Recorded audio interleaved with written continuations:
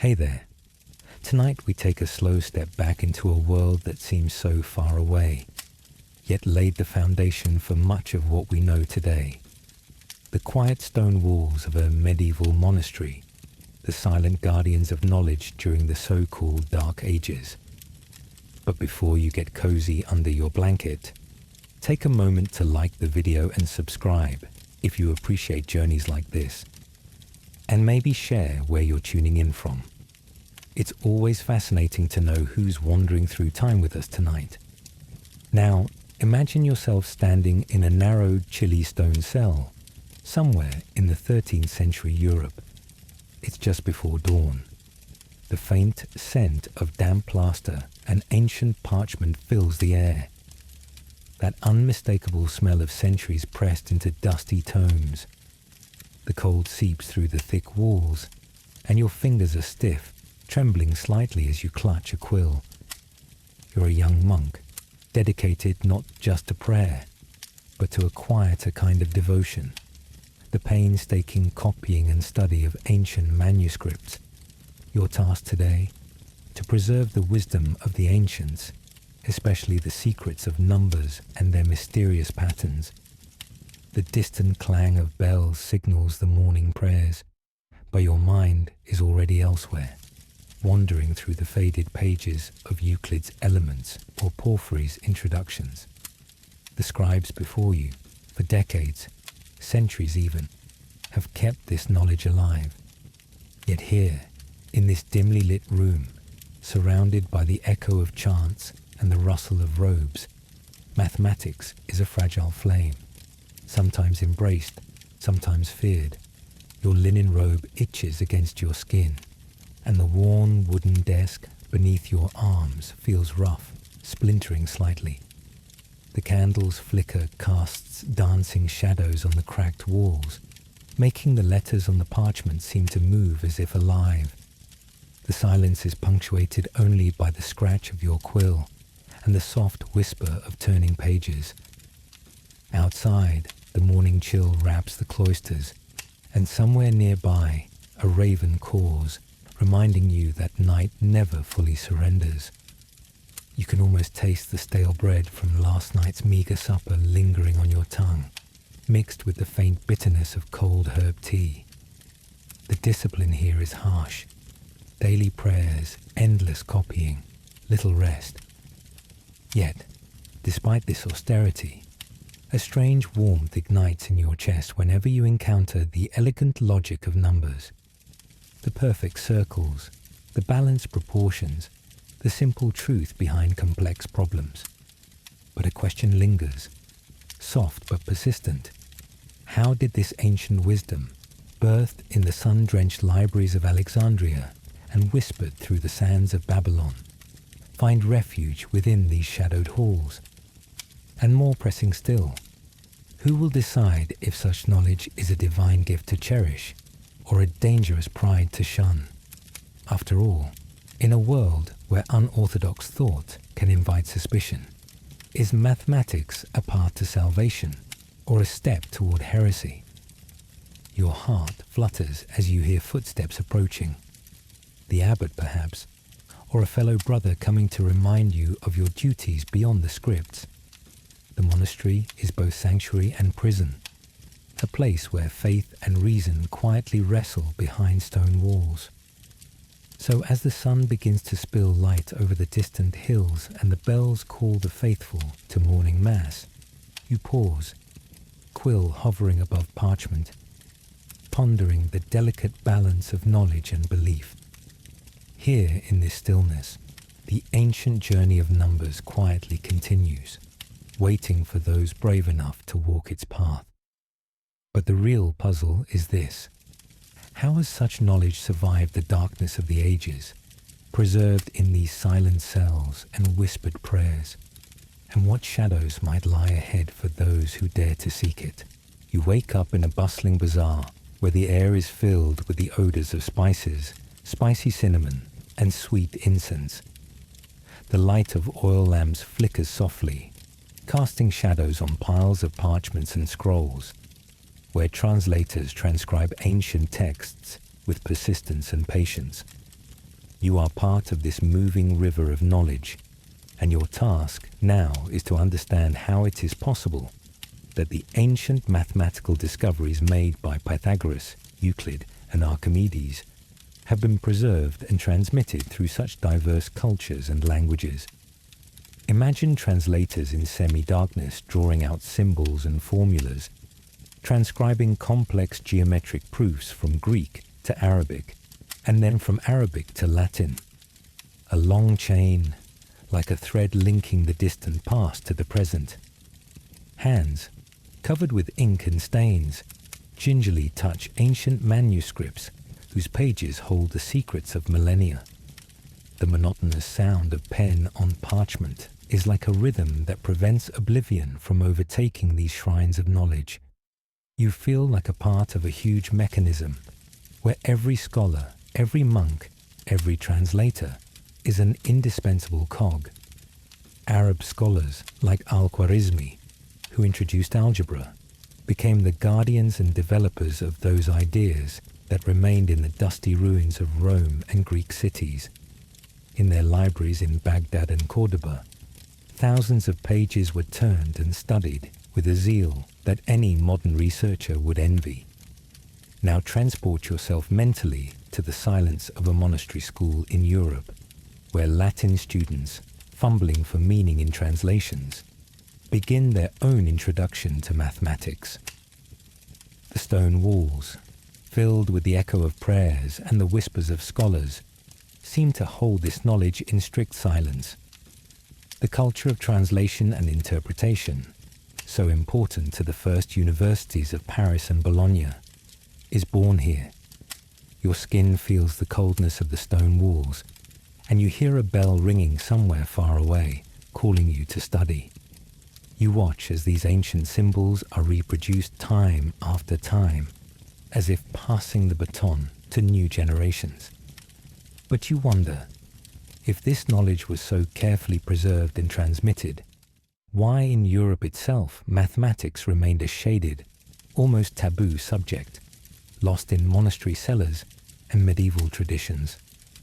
How could the wisdom of Pythagoras and the precision of Euclid be so far from the practical understanding of the majority of Europeans that for centuries their discoveries were perceived more as oddities than as keys to knowledge of the world? What kept European thinking in the shadows when Eastern scientists were already paving the way for a new era of numbers and algebra? And here you stand on the threshold of the next chapter, where the conversation about religion and science begins, and how faith and fear of the unknown in the Middle Ages shaped attitudes toward mathematics. What accounts for this stagnation? What forces influenced numbers not to become an accessible language for everyone? You sit perfectly still on the hard wooden bench of the chapel, your knees pressing into the coal stone floor as the voices rise around you in plain song. The air is thick with incense, warm wax, and the subtle tang of old pine resin, the scent of devotion baked into these stones for centuries. Your stomach growls faintly. You haven't eaten since the night before, and breakfast, when it comes, will be little more than a hunk of coarse bread and a sliver of aged cheese, tough at the edges. You close your eyes, not from reverence, but to rest them. Last night, you stayed up too long, squinting at a text of Boethius, wondering if the ratio he described was a mere metaphor or something more.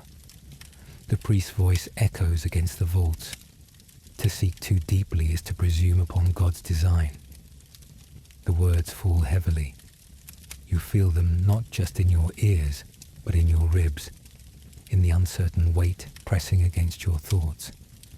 You've heard such phrases before. They're always delivered in that same measured tone.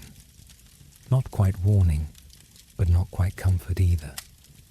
You glance sideways, and Brother Petrus meets your gaze with a slight frown, as if to say, not again. Later, in the scriptorium, the world narrows to the rustle of vellum and the gentle scraping of quills. You dip yours in ink, hesitating just a second before you continue your transcription.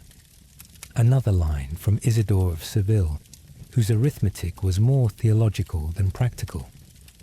Still, as your hand moves, your mind drifts. Numbers have always whispered something to you, something sacred. They're not threats to God's world, you think. They're the patterns behind it. But the whispers you follow aren't always welcome. You remember what Brother Agnellis said last week, that those who seek unnatural knowledge often find unnatural ends. He'd muttered it over his stew, his eyes fixed not on you, but on the fire. Old Brother Armand once spoke too freely of stars and spheres, and now no one speaks of him at all.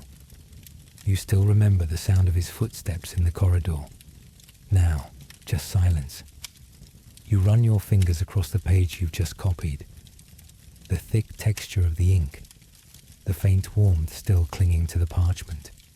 You imagine those Greek minds, Pythagoras, who claimed numbers were divine, Hypatia, whose death came at the hands of a mob, and Euclid, who had the gall to ask, "What is a point?" Were they saints of reason, or heretics who flew too close? Your day continues, framed by duty. You tend the herb garden after prayers, the mint crushed under your sandals, its fragrance clinging to your hands. You eat your meal in silence, the bread drier than usual, the cheese sharp with age. Around you, the brethren discuss the local bishop's new edict against secular books. No one names names, but you feel the air shift whenever someone mentions certain texts. At night, as candles burn low, you sit again by the narrow window in your cell. You trace a circle on the table with a piece of charcoal, then a triangle, then something more elaborate. You smile slightly. These shapes don't lie. They do not change with the whims of abbots or bishops. They are constant, eternal. But that constancy is exactly what makes them dangerous. From outside, the wind carries the dry rustle of branches against the stone. You think of the stories the older monks told when you first arrived, of those who went too far. One name still haunts you, Gerard of Cremona, who translated so many Arabic works into Latin. The abbot once praised him, but now avoids his name. What changed? You wonder where the line lies. Is it the study of ratios that provoke suspicion, or the study of infinity? If you use math to calculate the calendar for Easter, you're praised. If you use it to explore the stars, you're not. You close your eyes and imagine yourself not as you are, but as you might be. A mind unchained, unafraid, free to explore the heavens through numbers. You let that image settle in your chest like a second heartbeat, but just as quickly you let it go. The flame beside you sputters. Time for rest, and still your mind turns. How did people, in times like these, decide what knowledge was sacred and what was sin? The question lingers in your thoughts like a slow-burning incense stick. How did people decide what was holy knowledge and what was dangerous curiosity? To search for answers, you must look eastward, toward a world where mathematics didn't merely survive the shadows, but blazed forward like sunlight through a jeweled mosaic. You sit cross-legged on a cool marble floor in a quiet study room of the House of Wisdom, Bait al-Hikmah, in 9th century Baghdad. The call to prayer has just faded over the rooftops, and now the air is filled with a different sound. The soft shuffle of sandals on tile, the rustle of scrolls being unrolled, and the quiet murmur of scholars deep in debate. The scent that surrounds you is a layered perfume. Sweet date syrup, crushed cardamom pods, warm ink made of soot and resin, and just a trace of sun-warmed parchment. You run your fingers gently over a fresh manuscript, copied from an earlier Greek work. But beside it lies something different. An expansion, a commentary, a translation not just of words but of thought. You're not merely preserving ancient ideas here, you're refining them. You're correcting star charts, recalculating formulas, and challenging assumptions once held as divine. Here, in the beating heart of the Abbasid Caliphate, you are not suspected for thinking too hard. You are honored for it. The man beside you, an older scholar with a voice like a desert wind, leans over and points to a column of symbols in a manuscript you've been studying. His name is Muhammad ibn Musa al-Khwarizmi. He smiles slightly as he explains something you've been struggling with. How to isolate an unknown. Not with trial and error, but with logical steps, with order, with beauty. He calls it al-Jabr. Reunion of broken parts. Algebra. You repeat the term under your breath and feel something shift in you. This isn't just knowledge, it's structure, it's language. And it can explain not just what is, but what could be. You glance out the arched window beside you and see the dusty city breathing slowly in the morning light. A vendor calls out prices in the marketplace, where metal scales tilt with precise measures, and ink makers grind soot in shallow bowls. Even in the street, math is everywhere, embedded in trade, in architecture, in the rhythm of daily life. A man counts coins on an abacus, and a boy recites multiplication tables under his breath as he delivers water in a clay jug. Back inside, another scholar introduces you to the concept of zero cipher in Arabic, a placeholder, a silence that means everything. Without it, large numbers wobble on unstable ground. With it, arithmetic becomes fluent, graceful, whole. You marvel at how something so small, so seemingly empty, changes the very fabric of calculation. You taste roasted chickpeas and honey on your tongue during a break, sitting in the shade of a fig tree in the courtyard. The sweet crunch mixes with the earthy flavor of freshly brewed coffee, rich, dark and spiced with cinnamon bark. Even this moment, this blend of warmth and thought, feels calculated somehow, measured, weighted just right. And then comes trigonometry, measuring angles, observing stars, calculating prayer times with mathematical precision. You look at diagrams tracing arcs across the heavens, where the positions of the moon and sun determine entire calendars. You hear stories of al-Battani, refining the values of sine and cosine, of scholars who use geometry to map the sky and solve navigation routes far beyond the deserts of Mesopotamia. This isn't mathematics in chains. This is mathematics in bloom. You realize that while the West cloistered its thinkers in cold stone, the East was building libraries with domes like polished brass, filled with voices speaking Arabic, Persian, Syriac, and Greek. These weren't relics, they were tools, and tools meant for use, not just worship. But even as you sit there basking in a world that honors knowledge, a sharper thought rises in your mind. If the East was already forging ahead with such tools, decimal notation, positional value, algebra, even the notion of zero itself, why did Europe lag so far behind for centuries? What slowed its steps? What shadows lingered over its counting tables? Why did the dawn take so long to arrive in the West? So if the East was thriving, its scholars calculating with zero and sketching constellations across the skies, why was the West still squinting by candlelight, unsure how to divide fractions without invoking the name of God? To find out, you must wrap your cloak tighter around your shoulders and step into a very different world. The embryonic lecture halls of 12th century Europe.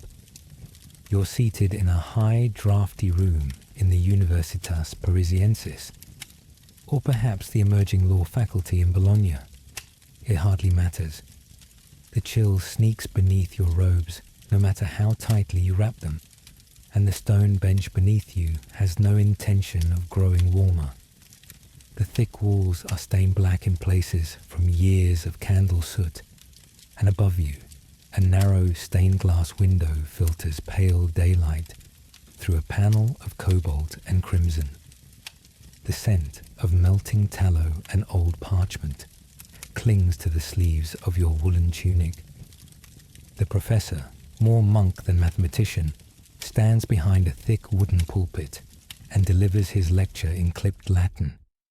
He pounds a rhythm into the air as he speaks, more chant than explanation. You catch familiar names: Boethius, Marcianus Capella, the quadrivium, arithmetic, geometry, music, and astronomy. Subjects to be studied only after the more sacred trivium of grammar, rhetoric, and logic has been mastered. Numbers, apparently, are important, but only when they behave themselves. You fidget slightly as your fingers grow numb. Your notes are scribbled on reused parchment scraped thin and brittle. Each mistake is a ghost of some older student's error, half erased beneath your ink. The boy next to you coughs quietly into his sleeve. Behind you, someone is definitely asleep. You're not sure whether it's from the cold, the hunger, or the lecture itself.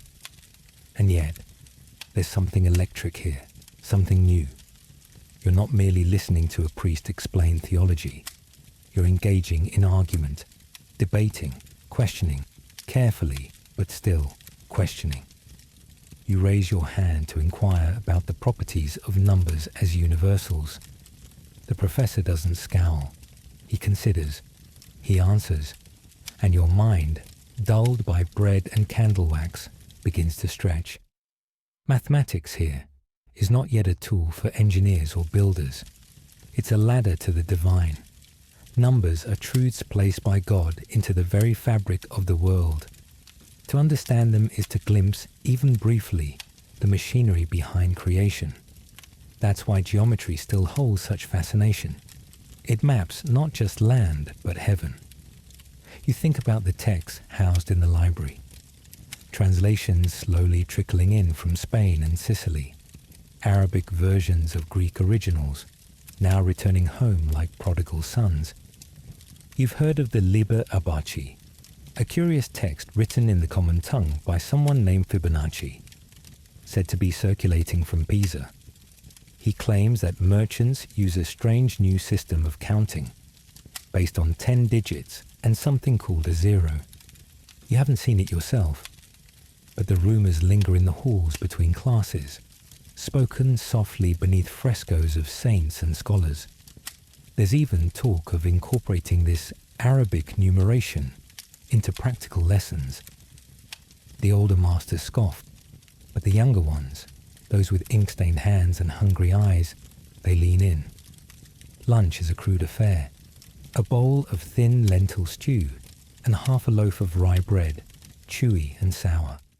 You eat outside, wrapped in your cloak, feet resting on frozen gravel. A fellow student tells you that war has broken out again in the south. A bishop's land, or perhaps a noble's pride. It's hard to say. The conversation drifts from algebra to war, to women, to wine, and then back again, like the wind pushing fallen leaves across the courtyard. That night, you return to your rented room, above a candlemaker's shop. The smell of wax is everywhere. You light your lamp and open your notes.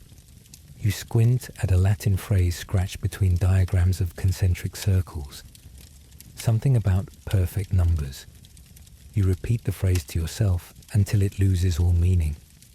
And then, suddenly, regains it. There's something here. Something hidden in the patterns. You lie back on your straw mattress and listen to the wind rattling the shutters. What is it that makes numbers both sacred and useful? Why do they echo in the cloisters and the counting houses alike? And perhaps more importantly, who's using them now? Priests, merchants, builders, princes. What role do numbers truly play in these early universities? And who is quietly putting them to work behind the scenes? The numbers whispered in parchment-filled halls aren't just for cloisters and candle-lit lectures.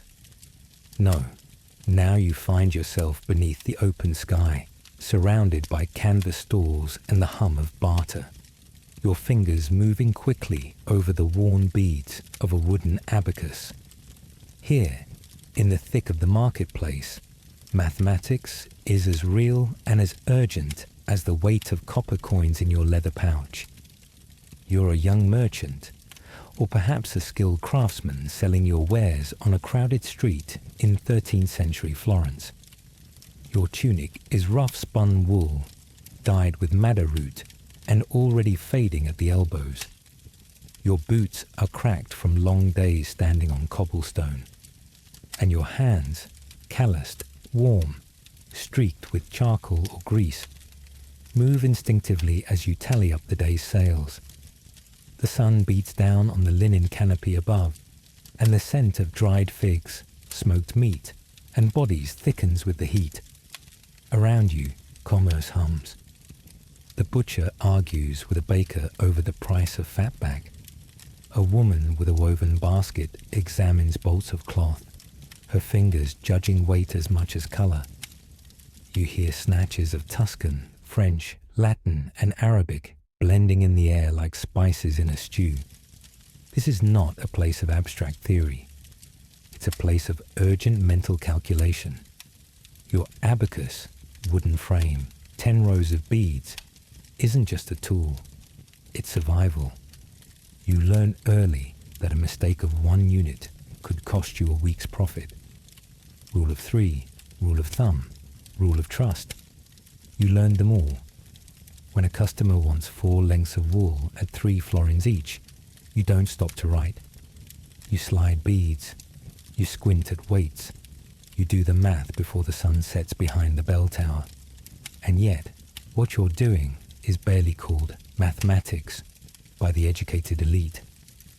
They scoff at merchants and craftsmen, calling your arithmetic practical, as if that's an insult. You shrug it off.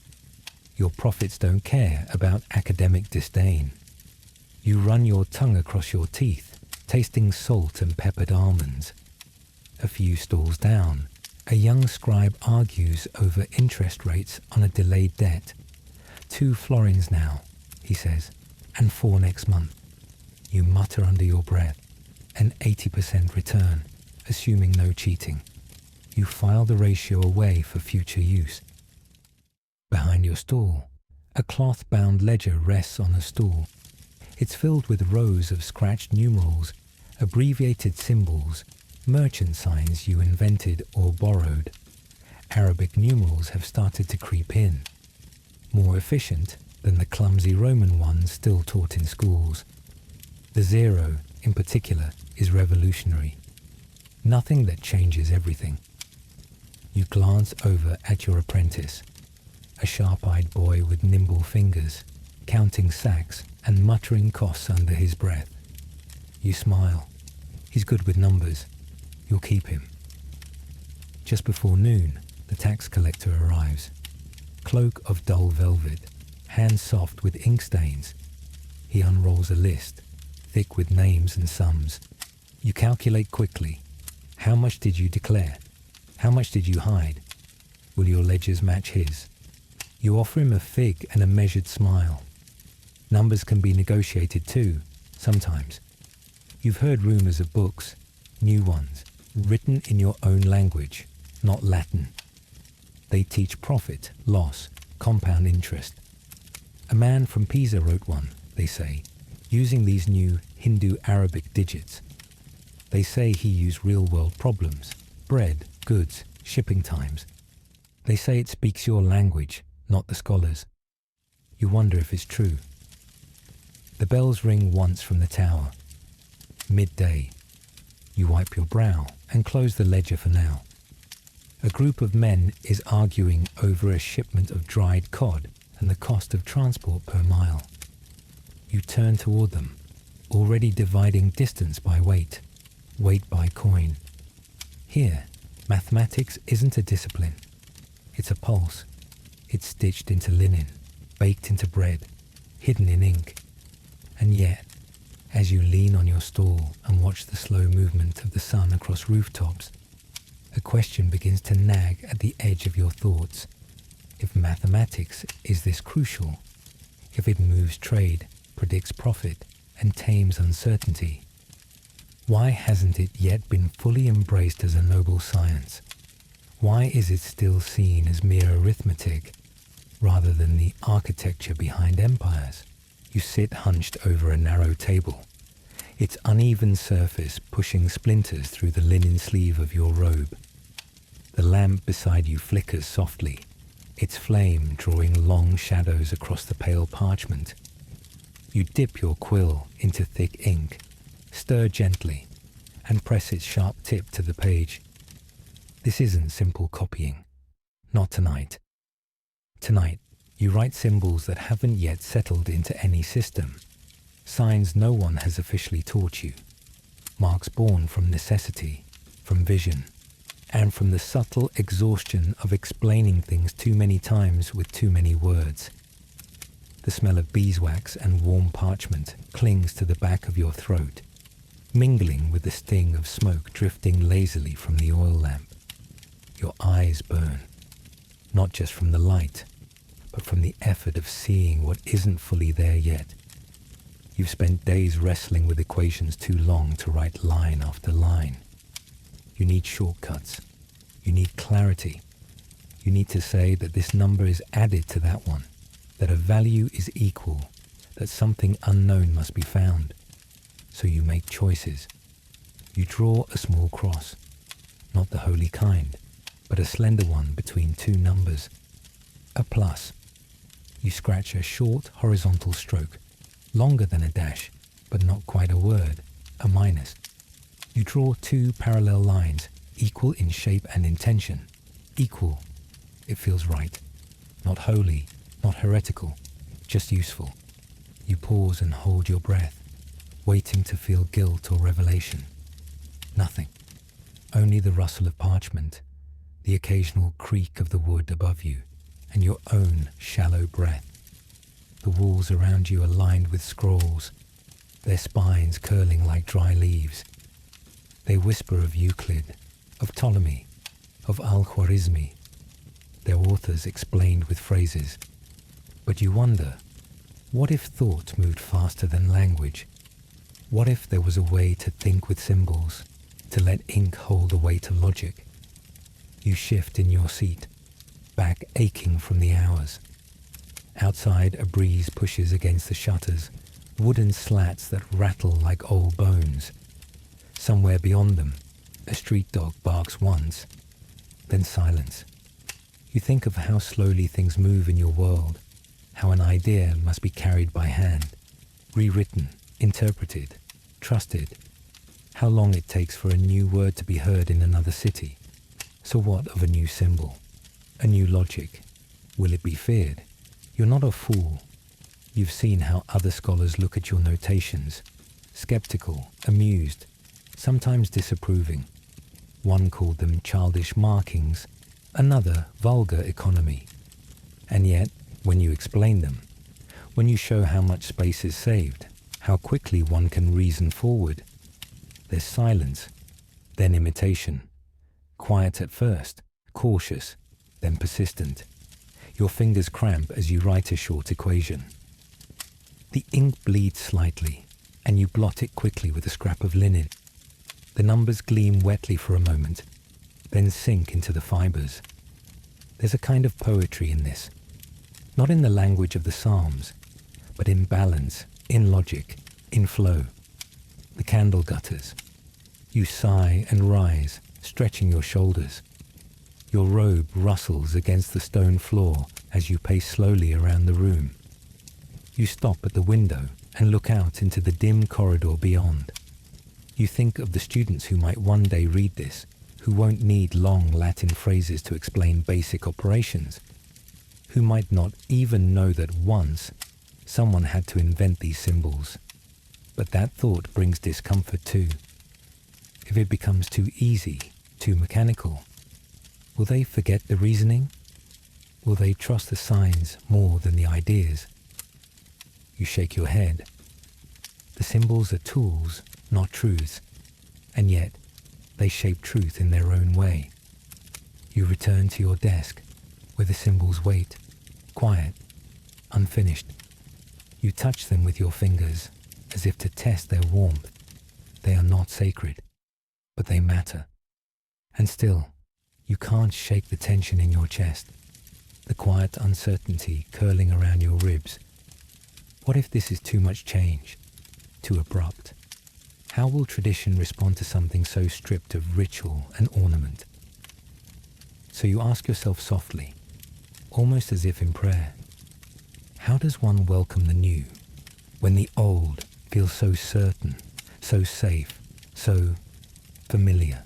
You sit beneath a sky so clear it feels like glass, deep, endless, pierced by countless stars that pulse in quiet rhythms above your head. The chill of the night settles into your bones, but you barely notice it anymore. Your breath fogs the air in soft plumes as you adjust the astringent brass of your astrolabe, cold and heavy in your hands. The grass beneath you is brittle with frost, and each shift of your cloak releases a puff of earth-scented damp and wool. Somewhere in the dark, an owl calls once, then falls silent again. This is your cathedral, and the stars are your scripture. You balance a parchment on your lap, ink still slightly tacky from earlier notes. Tables of numbers stretch across the page, columns of dates, declinations, positions of Venus and Mars. You've tracked them for months now, each observation plotted with care. The slow turning of the heavens has become second nature to you.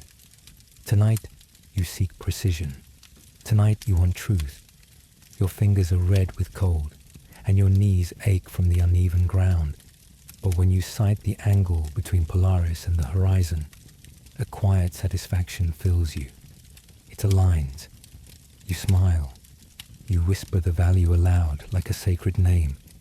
You jot it down carefully, your quill catching slightly on the rough paper. The ink smudges just at the edge. You close your eyes for a moment and let yourself listen. The wind carries the distant creak of shutters, the bark of a dog far away. A mule brays once, somewhere beyond the ridge. Otherwise, silence. It's the kind of silence where you can feel the pulse of your own blood, where the fabric of the night stretches so thin, it feels like a veil you could almost step through. But you stay grounded. You are here for the math. The connection between numbers and stars isn't romantic. It's rigorous.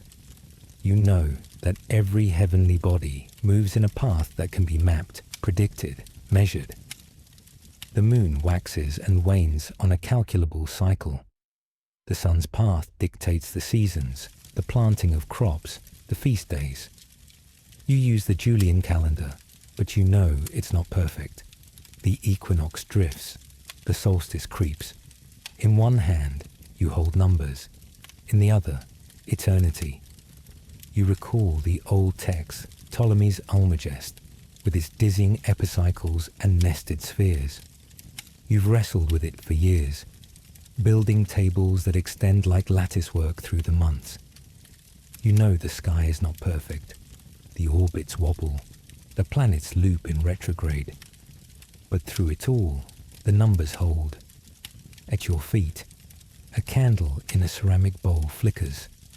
The smell of tallow and smoke clings to your clothes.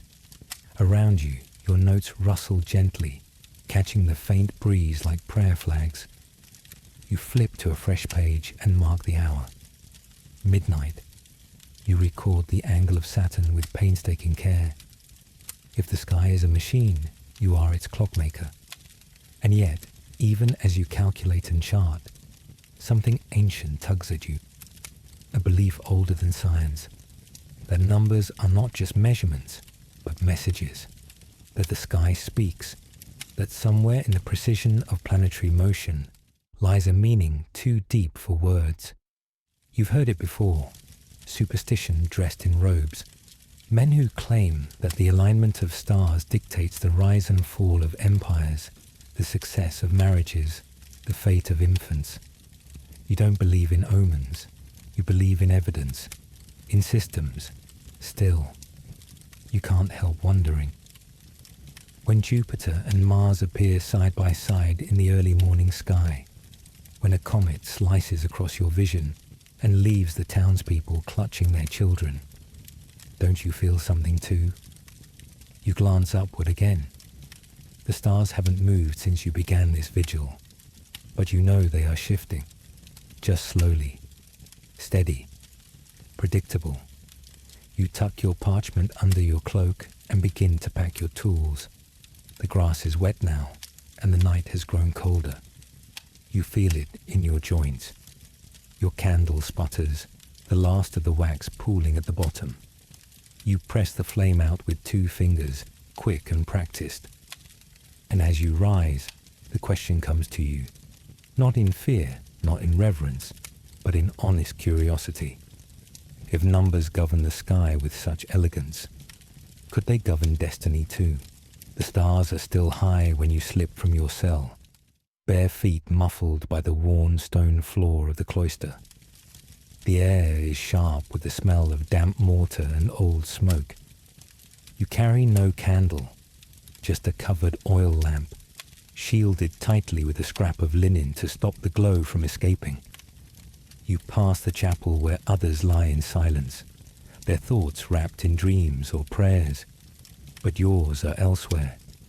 You move down the corridor, each step deliberate, until you reach the door behind the scriptorium. It creaks faintly, and you wince, but no footsteps follow. You let out the breath you didn't realize you were holding. Inside, the air is thick with the scent of old parchment, beeswax polish, and the faint metallic trace of dried ink.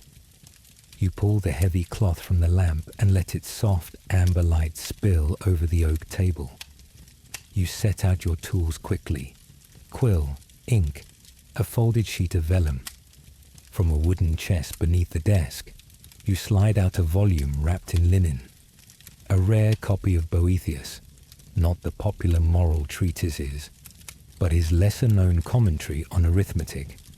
You've hidden it here for months, behind a wall of psalters no one touches. Your hands tremble slightly as you open it.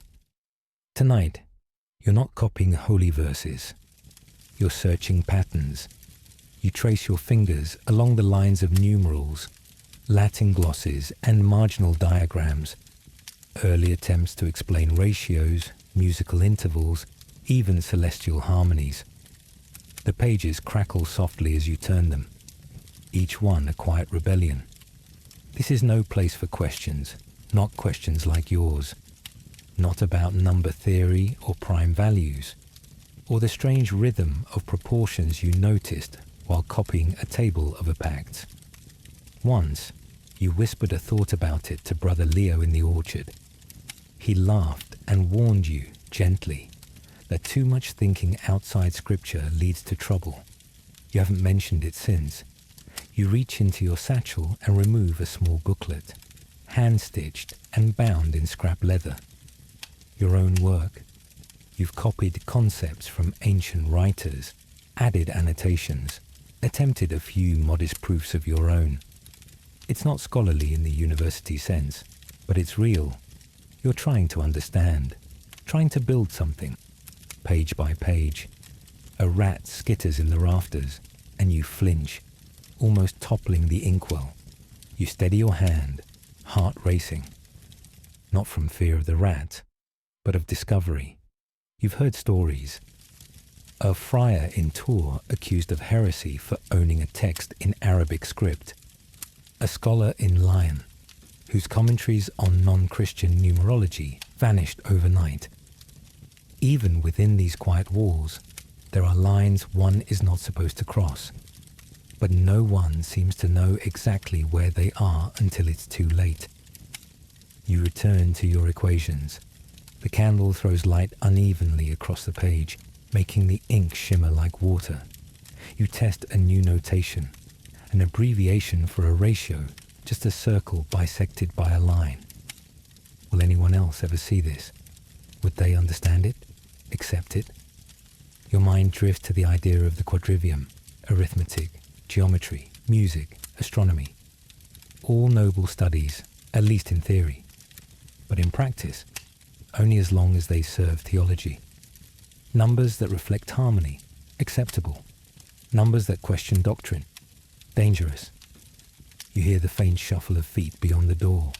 You freeze, still as stone, counting heartbeats. 1, 2, 3, nothing. Just the wind catching the eaves.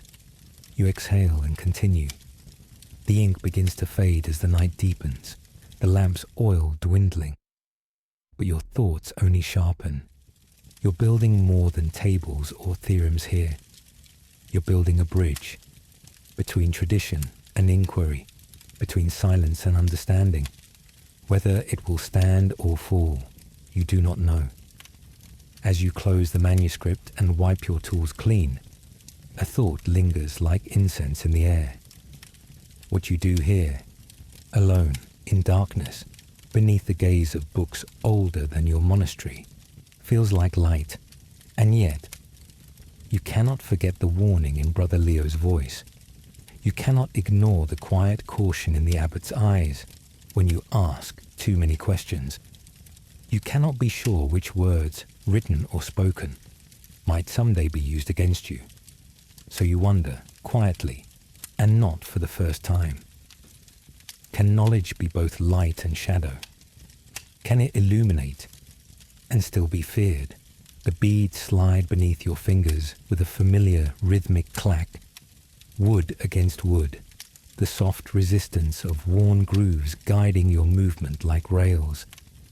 You've done this 1,000 times, but each time it feels a little faster, a little smoother.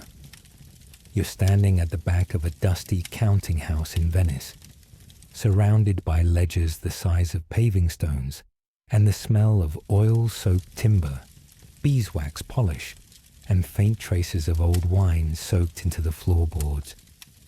The day is nearing dusk, and the golden light catches on the polished surface of your abacus, warming the walnut to a deep amber. You shift a row, 5, 10, 25.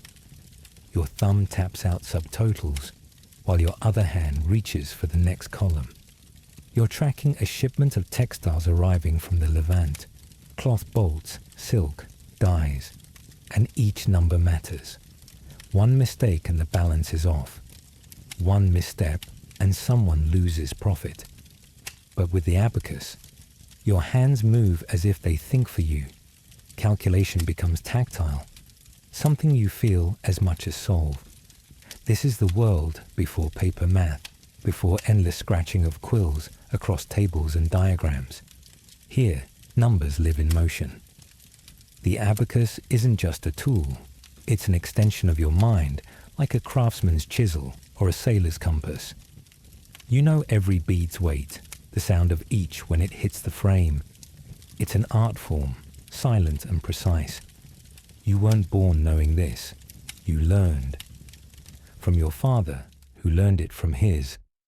Both traders of modest means. They showed you how to keep count when your fingers ran out, how to use the reckoning board at market stalls, how to hold totals in memory until the beads could catch up. But today, something's different.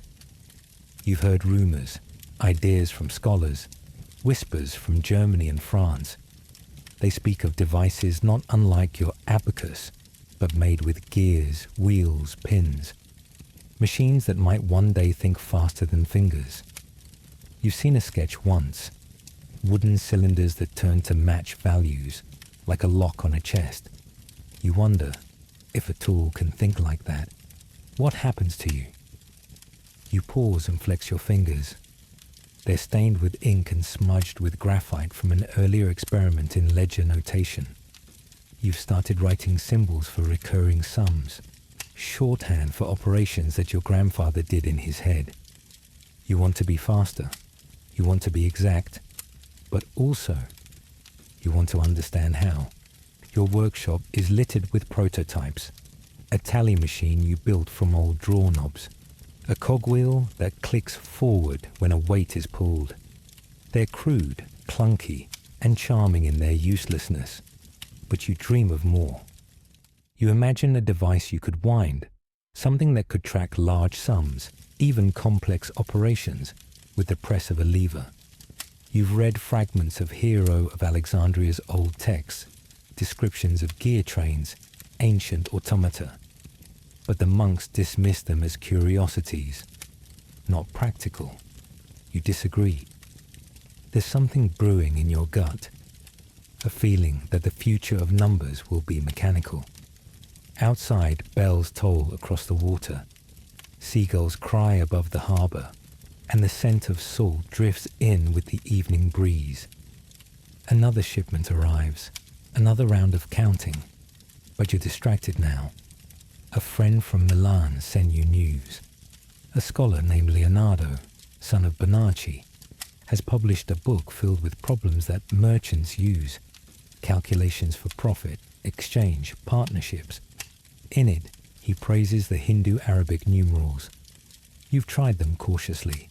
They flow better than Roman numerals, no question, especially when paired with your abacus. You close the ledger and run your hands across the abacus one last time today. The wood is warm from use. You know its feel like a lute player knows the curve of strings.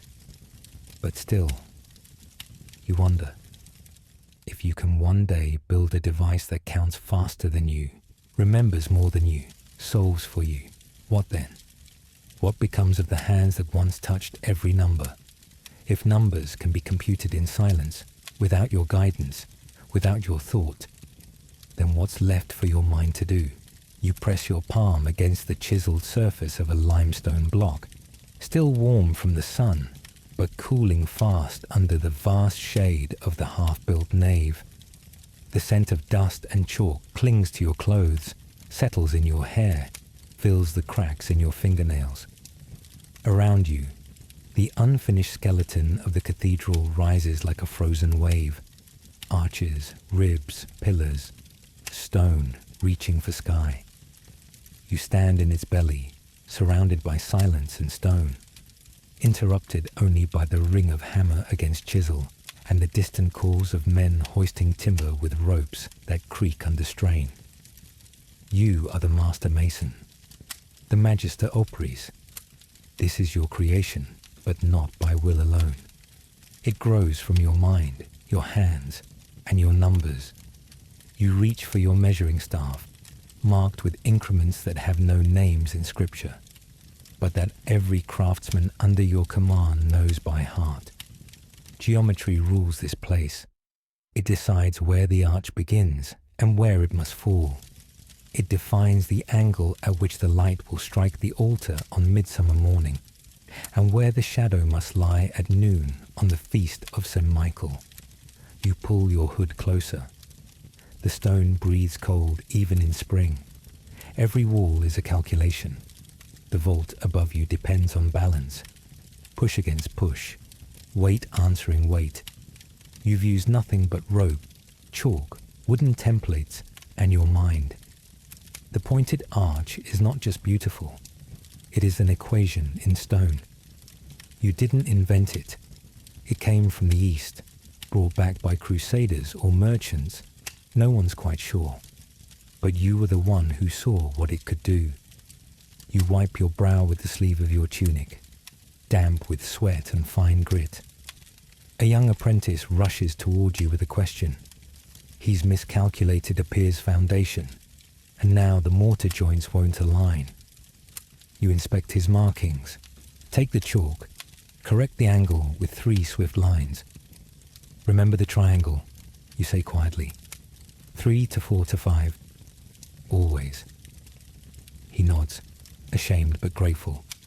Pythagoras has saved more than one wall from collapse. But not everyone shares your faith in numbers. You walk through the transept, your boots echoing off bare stone. In the sacristy, the abbot frowns at your parchment drawings, clean, sharp, abstract. We build for God, he reminds you, not for measurement. You nod politely. You've had this conversation before. He prefers symmetry that pleases the eye, proportions taken from scripture, golden ratios drawn from Psalms. You don't argue. You show him the tracings again. You explain how if the buttress shifts by a finger's width, the vault might fall. He hesitates, then gives his blessing, grudgingly. Later, in your tracing house, the plaster walls are covered in lines, circles, angles, star polygons, templates for rose windows, diagrams for stress distribution. You squat on the floor and use a length of string as a compass. From the center of the future window, you mark out petals, 12 segments, perfect and equal. It will bloom in glass above the main entrance, casting colored light across the nave. But it starts here, on the floor, in dust and chalk. You run your hand along the edge of your compass rod. The wood is worn smooth. You remember the first time you used it, years ago, under another master's watch. Back then, you thought this was merely craft. Now you see it's more. Math isn't just a tool here. It's a theology of form, a sacred symmetry. The laborers return from the quarry with more blocks. Their arms are bruised, backs bent. You nod to them. They may not speak of ratios, but they understand the weight of precision. If you say a block must be carved to a finger's breadth, they hit it to the grain. If you say the angle must be true, they trust your eye and your math. You climb the scaffolding before sunset. The air is sharper here. Below, the site looks like a board game played by giants. But when you turn to face the west facade, something inside you stirs. The arch you placed last month is perfect. Tension holds, weight balances. Light seeps through in measured brilliance. And in that moment, you ask yourself, how did this begin? With prayer, with stone, or with numbers? Can a number raise a wall that kisses the sky? Can a formula bring heaven closer to earth? Can a line in chalk become a bridge between man and God? Could it be that numbers are more than tools? Could they be sacred?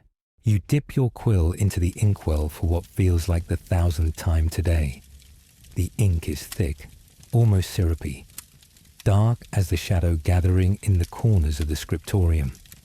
You tap the tip against the rim of the pot and gently touch it back to parchment. A soft scratch.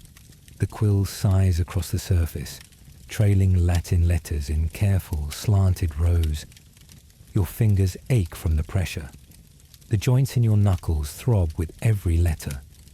The smell of wet ink, boiled parchment, and the faint musk of candle wax saturates your nose. Your robes are stained at the cuffs. Your elbows have pressed creases into the wooden desk so deep, they might as well be part of the grain. You are a scribe, a quiet custodian of someone else's genius. Today, you copy a mathematical treatise, an import from Spain, where scholars translated it from Arabic, which was once translated from Greek. Euclid, or maybe Al-Khwarizmi. You've lost track. The words are Latin now, but that doesn't mean they're understandable. The script is elegant, the meaning elusive. You don't speak Greek, you don't speak Arabic. You barely understand half the Latin on this page. You are trained to reproduce form, not substance. The diagrams make more sense. Triangles, circles, angle marks, ratios. But even these are difficult to place in the world outside these walls. They feel like maps to invisible lands. You pause to stretch your fingers. A blot of ink lands on your sleeve again. You sigh and wipe your hand on a rag. Outside, you hear the clatter of hooves and the distant call of a baker advertising warm bread. You haven't eaten since dawn. Beside you, another scribe is muttering softly, translating the Latin under his breath. He stumbles often. Latin isn't his first language either. It isn't anyone's anymore, not really. just a gatekeeper language now, useful for priests, scholars, and those who seek to keep knowledge locked behind ceremony. But something is changing. You've heard of it. In a monastery in England, a friar is translating Boethius into English. In Paris, a student is copying parts of the Liber Abaci into the local tongue, French no less. In Italy, Fibonacci himself wrote his great book, not in Latin, but in the everyday language of merchants. You've seen it once. The words looked like speech, director, understandable, human. You return your gaze to your own parchment. It's beautiful. Perfect columns of curved letters. But it feels like a cage. You know this copy will go to the university library, where only a handful of people will ever read it, and even fewer will truly understand. You dream of more. You imagine a world where the baker outside could learn to measure flour not by handfuls, but by weight, where a stonemason could use proportions without needing a priest to explain them, where a child could learn what a ratio is without memorizing Latin declensions first. Your hand trembles slightly as you test a phrase. Rewriting a passage not in Latin, but in your own tongue. Feel daring. The words are clumsier, less precise, but clearer. Add 2 equal parts. Take away 1. What remains is 1 part. You smile faintly. It's simple, maybe too simple, but it's understandable. You think of the people who never see these books. The women in the market, the blacksmith, the old farmer who counts sheep by marks on a stick. What good is a library full of unreadable truths? What good is preserved knowledge if it remains forever sealed? The abbot would scold you for such thoughts. There is holiness in tradition, he'd say. But you're beginning to believe there is holiness in clarity too, in access. You lean back and let the candlelight wash over the page. Your eyes are dry, your fingers stained, but your mind is alive. So you ask yourself, not just in frustration, but in wonder, if knowledge exists, but no one can read it, is it knowledge at all? You sit in the corner of your workshop, hunched over a slab of wax-covered board, stylus in hand. Outside, hammers strike iron, saws rasp across oak, and wheels spin on wet stone. But here, at this little desk wedged between barrels of glue and half-finished chairs, it's quiet. You breathe in the scent of shavings and warm pitch, of beeswax and worn leather. A pot of ink sits nearby, unopened for now. This calculation doesn't need permanence yet. You are a master carpenter, or perhaps a tanner, a cloth dyer. It matters little. What matters is this. You belong to a guild. And behind the craftsmanship, behind the calloused hands, the splinters, the sweat, there is another craft few talk about openly. The numbers. Your guild has taught you how to work wood or stitch seams, but it's also taught you how to track cost. You scratch a line on your wax tablet. 3 florins for raw material, 5 for labor, 2 for wear on tools. Your thumb presses a tally beside the sum. Then another line, price to customer, 12 florins. Profit, 2. Simple, not quite. You factor in losses. You calculate delayed payments.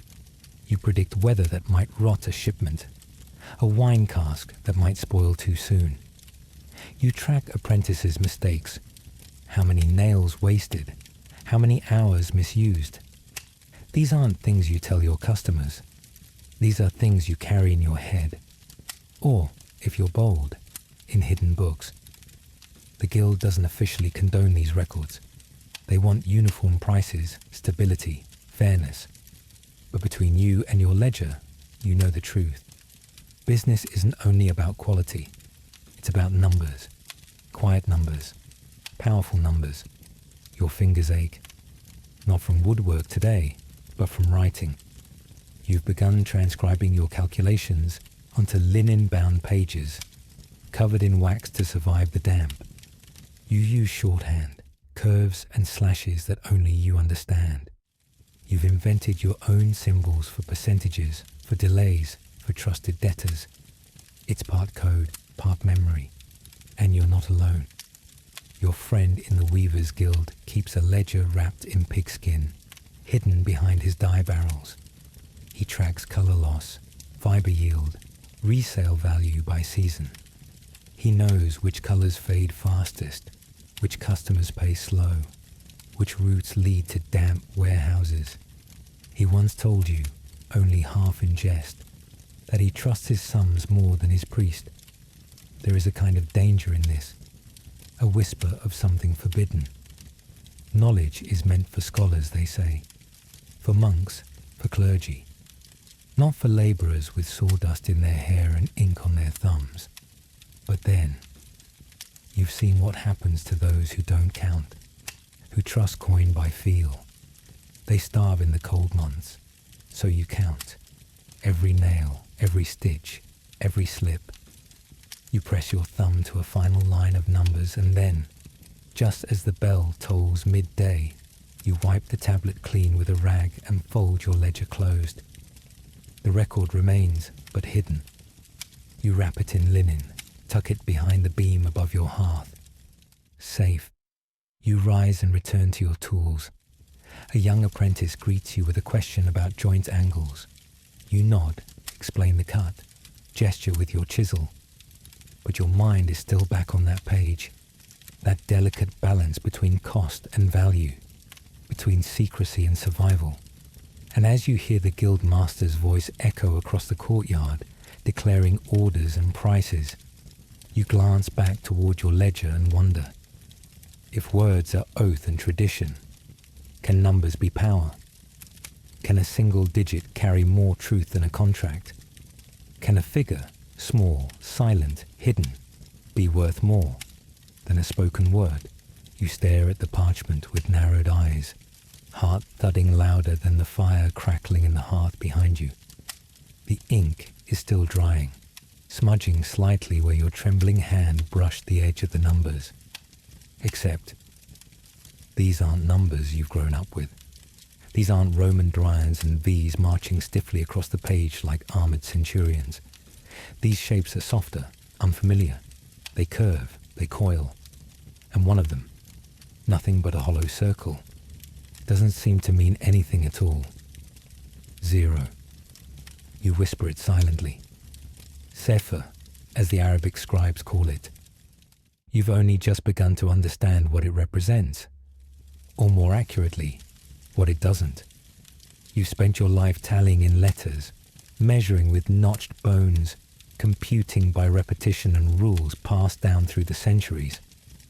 Roman numerals don't have a placeholder, don't need one supposedly. You've never questioned it, until now.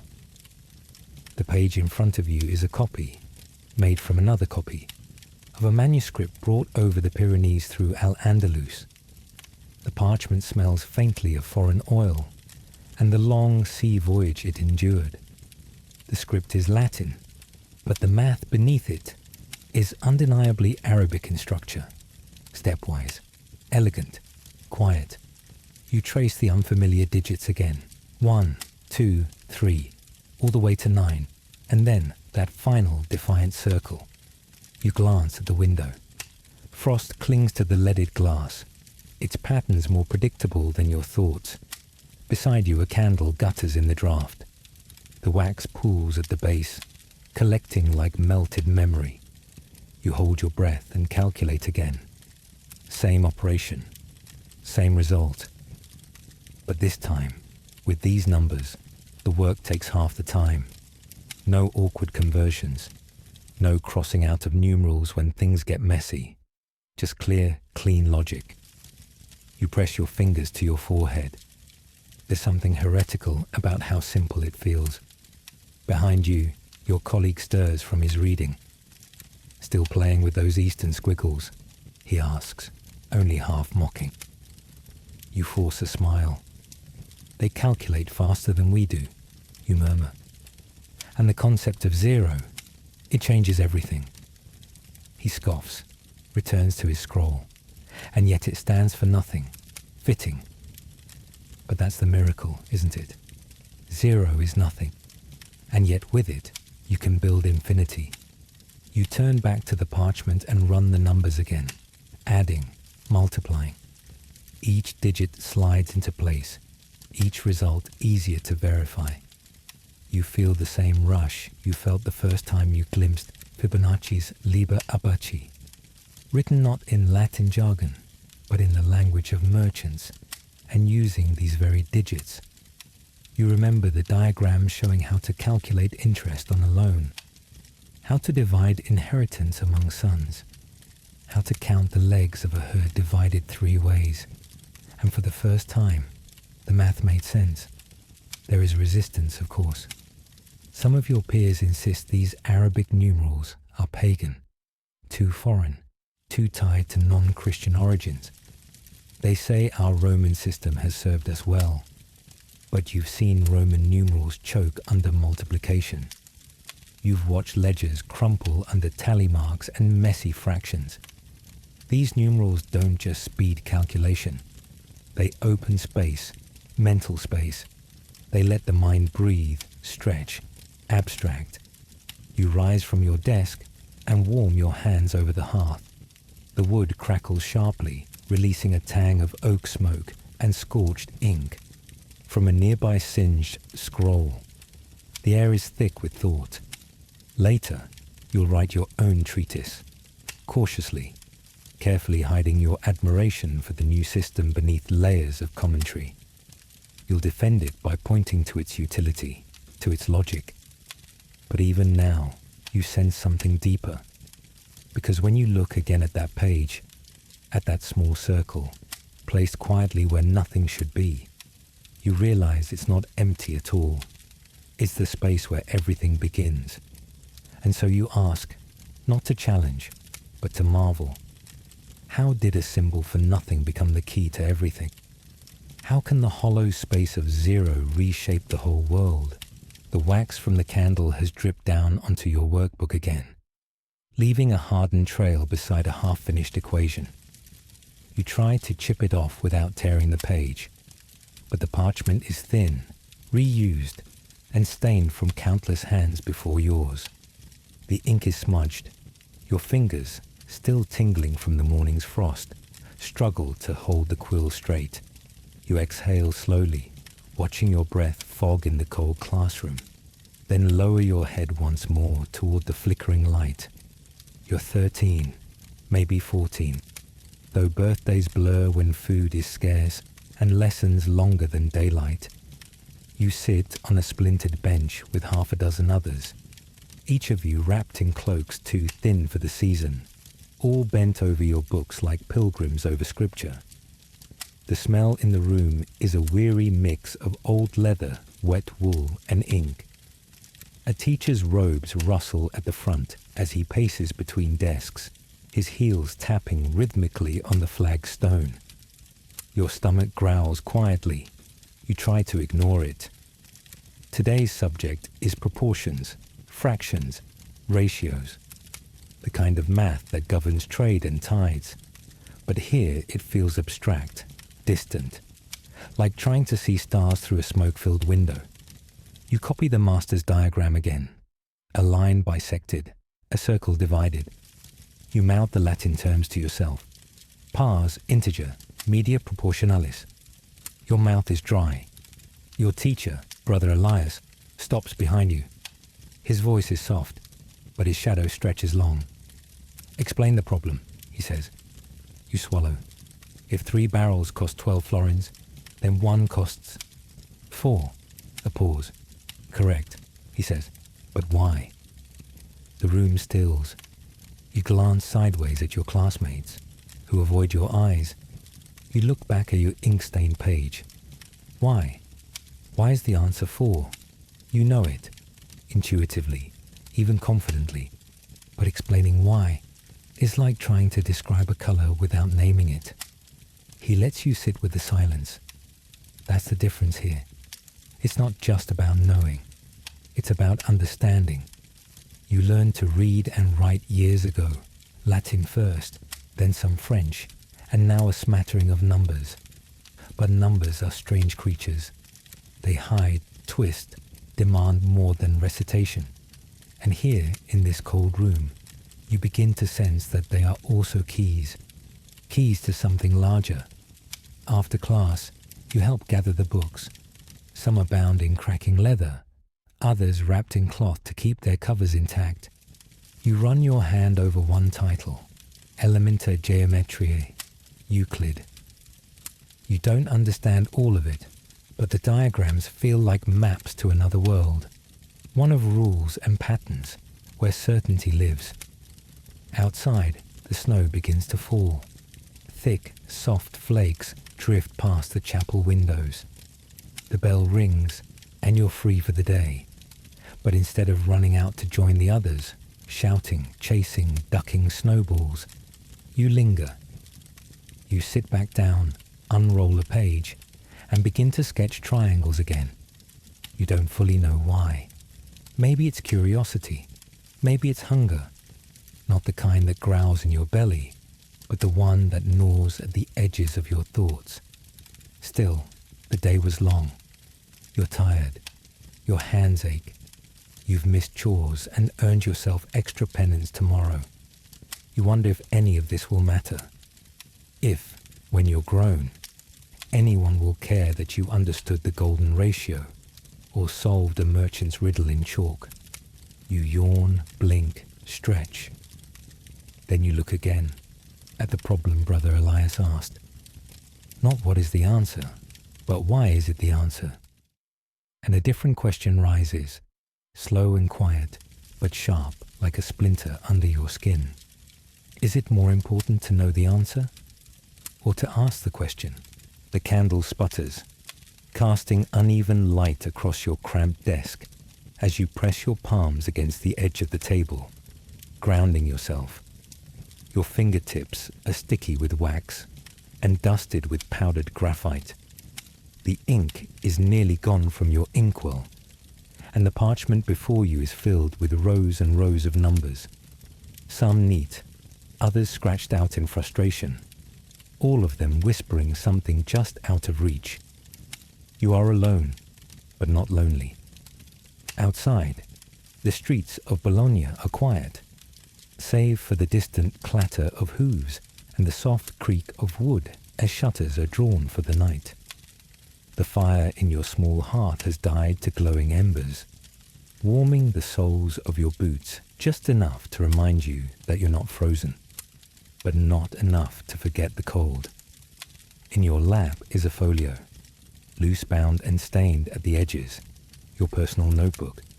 No title, no table of contents, just a collection of your thoughts, your trials, your theories. You flip to the last page and stare down the column you started this morning. Primes. You've been circling them for months. They appear like ghosts, unpredictable, indivisible, stubborn. 2, 3, 5, 7, 11, 19, 31. Each standing alone, indivisible by anything but themselves and one. You draw a line under each as if fencing them off from the others. They feel like the bones of the mathematical world, hidden supports, silent and strong. And yet, there's no pattern. At least, not one you can see. You've tried everything. Multiples, differences, spacing. You've measured the gaps, counted backward, looked at the shapes the numerals make when stacked. Nothing. But you feel there's something, just beneath the surface. You dip your quill again and begin a new column. Twin primes, 11 and 13, 17 and 19. So close, they're practically siblings. Why do some pairs appear and others never do? You pause, listening to the wind brush against the shutters. The flame flutters. This is what excites you most. Not certainty, but mystery. The way numbers seem solid, fixed, eternal, and yet hide secrets as well as any locked door. You recall reading Boethius's philosophy, where numbers were said to represent the harmony of the universe. But harmony implies structure. So where is it? Why do these simple digits carry so many questions? You shift in your chair, your back stiff, your knees popping. The scent of melted wax blends with that of parchment and old books, a fragrance you've come to associate with wonder. Your mind swims with possibilities. Maybe the primes are telling a story, just not in words. Maybe they're more like stars, scattered in chaos, but forming constellations if you know how to draw the lines. In the margin, you scribble an idea. Every number is composed of primes, the fundamental theorem. It's not new. You've heard it whispered by other scholars, but it still makes your heart race. If this is true, then primes aren't just peculiar, they're foundational. They are the atoms of mathematics, the beginning of everything. You close your eyes and picture a cathedral, not in stone, but in digits. Columns made of factors, arches of ratios, stained glass filled with the beauty of irrational numbers. Somewhere in this cathedral, the primes are the keystones, unseen but essential. Remove one and the structure falls. And then, like a thief in the night, another question steals into your thoughts. What if there's a prime so large we can never find it? What if they're infinite and we are just scratching at the edge of something too vast to ever hold? You shiver, not from cold, but from awe. Mathematics has rules, yes, but beyond the rules, there are riddles. And in this quiet moment, hunched over your desk, warmed by fading coals and candlelight, you realize numbers don't just measure stories, they are stories. So you ask, not as a challenge, but as an invitation, if numbers can sing in silence, can they also whisper truths no one has ever heard? Can they tell us who we are and who we might become? You tighten the last tuning peg of your lute, its polished walnut neck cool beneath your fingers, the grains silky from years of touch. The scent of rosin and old pine resin clings to the air in this quiet room, warmed faintly by a hearth where coals glow in steady rhythm, like a resting heart. You pluck a single string, ping, a clear fit that dances through the rafters like a whisper in a cathedral. You sit cross-legged on the woven mat, the instrument nestled in your lap, its body cradled against your ribs like a familiar secret. Around you, rolls of parchment lie curled, inked with notations and diagrams, harmonic ratios, intervals, frequencies sketched as proportions. You are not just a musician. You are a listener to numbers. Tonight, you're practicing more than music. You're testing the soul of mathematics. You draw the pick gently across two strings. A third vibrates in sympathy. The overtone sings above the primary tones, subtle but unmistakable. You pause. There it is again. Harmony. And you know, feel, that is no accident. Because music is not chaos. It's not random. It is number, interval, ratio. You've studied Pythagoras.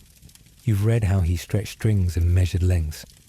One string, twice as long as another, sounds an octave lower.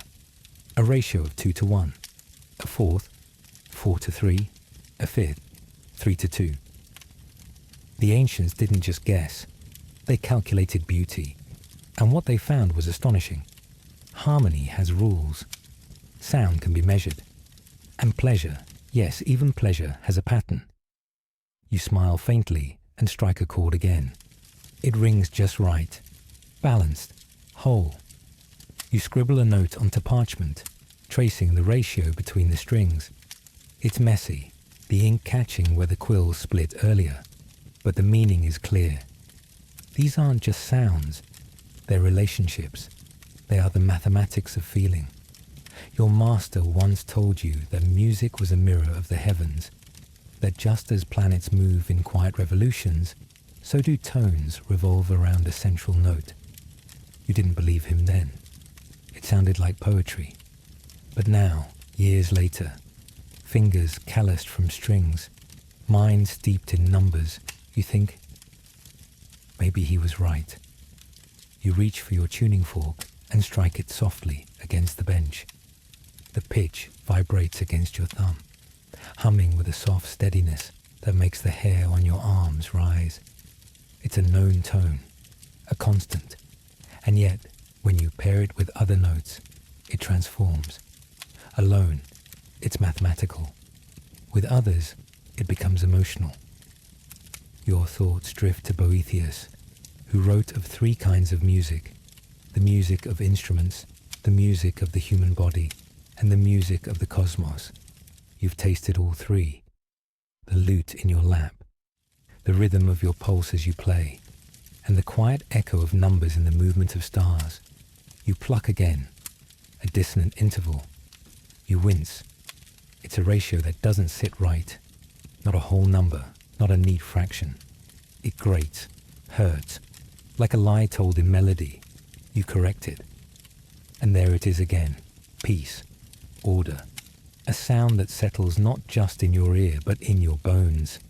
You let the last note fade, vibrating into silence, and you sit, eyes closed, hearing its ghost still quiver in the air.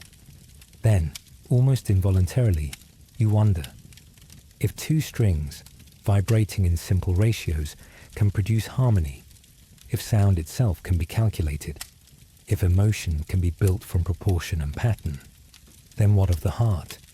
If music is a number, can love be counted? Measured in beats, ratios, shared frequencies, the stone walls of your laboratory breathe with chill. You feel it in your knees, in the space between your shoulder blades, in the pulse behind your ears. The only light comes from a brazier glowing low and angry in the center of the room, casting flickering shadows on your notes, your instruments, and your fingers, sooty, trembling, ink-stained. You're exhausted, but your eyes are wide. You're close, or at least you think you're close. You lean over the table, cluttered with crucibles, flasks, worn folios, and narrow sheets of vellum covered in symbols, calculations, and annotations, written in a cipher only you can read. The scent of scorched saltpeter and bitter mercury coats the back of your throat. The page beneath your hands crinkles faintly as you trace the symbols. Golden ratios, numeric correspondences, Pythagorean triangles, equations once dismissed as esoteric, now your only path forward. You are not just an alchemist, you are a seeker. The brass armillary sphere on your shelf glints in the firelight. Above it, a shelf of glass bottles, substances labeled in Latin, Greek, Arabic, glows faintly, their contents barely stirring. Sulfur, antimony, quicklime, lead, and in your mind, math. Not the tidy sums of merchants, not the cathedral geometry of masons. This is something older, deeper. Numbers as principle, not tool. Numbers as magic. You remember the words of Geber, the great Arab alchemist, how he claimed that mathematics was the true bridge between the visible and invisible, that the properties of metals could be rearranged, not by hammer and fire alone, but by understanding their inner proportions, their numeric souls. You swirl a tiny glass rod through a bowl of reddish solution. It resists, then yields. The color shifts, barely, but it shifts. You breathe in, deeper this time. Could it be? On the next parchment, you redraw the circle of transmutation, a series of nested calculations, hexagonal numbers, fractions spiraling toward a point. The philosophers of old said transformation was not against nature. It was a return to it. That lead only needed correction, purification, a numeric perfection. You pause, hearing a creak behind the door. No one enters. You are alone. That's safer. These calculations, this work, straddles a line too thin to see. You've already been warned once. The abbey to the north condemned one of your colleagues last year for heresy of method. The charge wasn't faithlessness. It was thinking too deeply. asking too many questions of nature, and worse, writing down the answers. But you can't stop. Not now. You look again at the triangle you drew earlier. 3, 4, 5. The simplest Pythagorean triple. In it, harmony, balance. Now you multiply. Exponentiate. Apply Fibonacci's golden mean. New forms emerge, new possibilities. What if the philosopher's stone isn't a stone at all, but a formula? A perfect proportion that causes base matter to recognize its own ideal form. The air smells faintly of smoke and metal. You add a drop of vinegar to the mixture. It hisses, shimmers, and settles. Your hands tremble, not from fear, but from something like reverence. You glance at your desk. There, hidden beneath a pile of scratched parchment, lies your most dangerous page. A chart of elements, symbols you've coined yourself, aligned with numeric values. Gold is 1. Lead is 8. Each substance mapped to its own cosmic number. You believe it's all connected. But to claim so aloud, madness, or worse, arrogance. So you write in code. You calculate in the margins. You burn what must not be found. You are not trying to cheat nature. You are trying to speak its language. You are trying to decode the geometry of transformation. To see into the heart of matter, not with fire, but with fraction, with ratio, with rhythm. Because what if matter is only one side of reality, and number is the other? You hold your breath. The liquid in your vessel shifts again. A thin line of silver creeps along the bottom. You don't know if it's meaningful, but it's beautiful. You close your eyes, the glow of the coals imprinting patterns beneath your eyelids like runes. And then the thought comes, not loud, not new, but persistent, like a question that has waited centuries for you to ask it properly. If the world is made of atoms, and atoms obey patterns, and patterns are numbers, then tell me, truly, can a number change matter? Can a digit transform the world?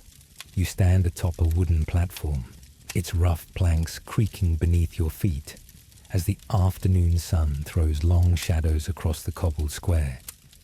The marketplace is alive. Merchants shout their wares, children dart between stalls, and the scent of fresh bread mingles with the tang of sweat and dust. The chatter of townsfolk swells into a hum, then hushes as you raise your hands to call for attention. You are no longer cloistered in silent halls or dimly lit chambers. Today, your voice carries beyond parchment and parchment-bound tomes. Today, you speak out loud, to everyone willing to listen. Your eyes scan the crowd, merchants wiping grime from their hands, apprentices clutching ragged notebooks, elderly women balancing baskets of herbs, and curious youths nudging each other for a better view. Each face holds a mixture of anticipation and skepticism. You know the world is changing. Ideas that were once whispered behind cloistered walls are now erupting into daylight. You begin your lecture on the latest mathematical marvels, the elegant curves of conic sections, the secrets of perspective, the possibilities of algebraic expressions brought from distant lands. You describe how these concepts are not mere abstractions but tools, keys to understanding the world around them, the arc of a thrown spear, the weight of a merchant's cargo, the structure of the heavens themselves. The words flow, your voice steady despite the pounding in your chest. Behind you, the church steeple chimes, a reminder that not all welcome such openness. Yet here, in this bustling square, knowledge is becoming public, shared, alive. You notice a child tugging at his mother's sleeve, eyes wide, absorbing the rhythm of your speech like music. A merchant nods thoughtfully, fingers tracing patterns in the dust at his feet.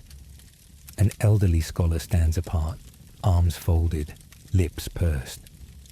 but even he cannot deny the electric charge in the air. The city breathes with possibility. Yet you are acutely aware of the tension beneath the surface. Old guards of tradition still cast wary glances, wary of ideas that threaten established order. Some whisper of heresy, others of folly. The dissemination of knowledge walks a precarious path between enlightenment and danger. Your throat tightens as you address this unspoken question. How to balance the sanctity of tradition with the hunger for progress. How to ensure that the light of learning does not burn too fiercely, scorching the fragile tapestry of society. As your lecture draws to a close, you watch the crowd disperse, voices animated, minds ignited. The cobbles seem somehow less worn, the air a little lighter. But in the quiet that follows, a profound question lingers. Not just for you, but for all who seek truth. If knowledge remains locked away, hidden in scrolls, confined to cloisters, whispered in secret, does it truly exist? Or does it need the breath of shared voices to become real? You stand in a small, crowded workshop nestled on a cobbled street of Florence. The air is thick with the mingled scents of fresh wood shavings, ink, and slightly sour glue. The rhythmic clacking and pounding of a printing press fill the room, punctuated by the occasional whistle of a draftsman marking a page. You feel the vibrations beneath your feet as the press hammers down, imprinting words and symbols onto crisp sheets of white paper. You are the bookbinder. Your hands are rough from trimming edges and folding fragile pages, your fingers dusted with fine particles of paper and glue. You catch the faint aroma of ink drying, sharp yet somehow comforting, like the promise of knowledge waiting to be unfolded. Around you, apprentices move quickly, stacking pages, inspecting prints, and passing bundles to be sewn together. Each newly printed folio feels like a small miracle, an entire universe of ideas ready to be shared, no longer confined to fragile manuscripts, painstakingly copied by monks in isolated monasteries. You lift a freshly printed page and study the text.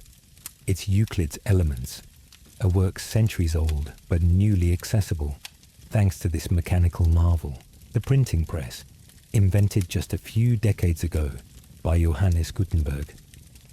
Before this, knowledge was a precious commodity, laboriously transcribed by hand, reserved for a privileged few. Now, books flow like water, spreading ideas with unprecedented speed. You remember the debates you overheard among scholars, some fearful that widespread access to knowledge might stir unrest or heresy. Others saw it as a beacon, a path to enlightenment for humankind.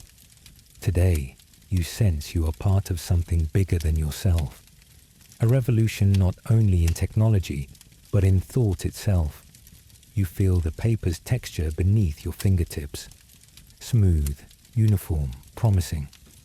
The weight of it in your hand is different from parchment, lighter, more flexible, easier to transport. You trace the precise, clean lines of letters and diagrams. You know that each page printed is a step away from centuries of guarded secrecy. Outside the workshop, the streets buzz with anticipation.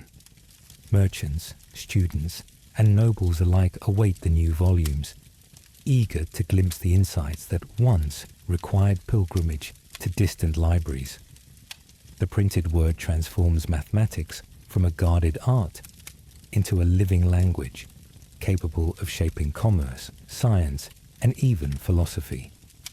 But despite this progress, tension simmers beneath the surface. Traditionalists argue that the ease of spreading information might lead to misunderstanding or misuse. A single misprinted page could seed confusion or even dissent. The press's power is as fragile as it is immense. You tighten your grip on the bundle of freshly bound books. You imagine a scholar in a distant city opening one, eyes lighting up at discovering a new theorem, or a merchant calculating profits with newfound ease. Perhaps this page will inspire a future mathematician to unlock secrets yet unknown. And yet, a quiet question lingers, as persistent as the scent of drying ink. Can a single page, printed and shared, truly change the course of history? Or is knowledge only as powerful as those who choose to read it? You stand in a cluttered study, lit by flickering candlelight, the scent of burning tallow mingling with parchment and ink. The wooden desk before you is strewn with instruments, compasses, rulers, freshly inked quills, and a stack of recently acquired books, the works of Galileo Galilei, René Descartes, and other pioneers of the new science. The air hums with possibility, a quiet tension between old and new worlds. You are a young scholar at the dawn of the 17th century, poised between the fading shadows of medieval scholasticism and the bright horizons of modern science. Your heart pounds with the thrill of discovery and the weight of uncertainty. The classical texts you grew up studying, Euclid's geometry, the algebra from Arabic scholars, have been your foundation. Now, new voices call you forward. You recall Galileo's meticulous observations, the moons of Jupiter dancing in their celestial orbits, defying old dogmas. You imagine Descartes, his mind slicing through the fog of confusion with the sharp clarity of analytic geometry, turning geometric problems into algebraic equations, bridging two worlds like a master architect. Around you, the walls are lined with shelves crammed with manuscripts and early printed books. The faint rustle of turning pages competes with the soft scratching of quills on paper as you jot your own notes, wrestling with the language of calculus being born. The wax deals on letters from distant scholars sit unopened, bearing news of revolutionary theories. Yet amidst this intellectual ferment, a quiet struggle simmers within you. The legacy of the Middle Ages, faith, tradition, reverence for ancient authorities, still weighs heavily on your conscience. You ask yourself, can these new ideas coexist with the beliefs that shaped your upbringing? Can mathematics truly unlock the secrets of nature without unraveling the moral fabric of society? Your fingers tremble as you set down the compass and glance at a diagram, the elegant curve of a parabola traced with care, a symbol of motion and change. You think of the laws of inertia and acceleration, expressed now not in words alone, but in equations that describe the universe's very heartbeat. The world is transforming, and you are on the threshold. Outside, the clatter of horse hooves and distant church bells remind you that progress is neither swift nor uncontested. Skepticism and resistance simmer just beneath the surface, from scholars clinging to ancient certainties to religious authorities wary of upheaval.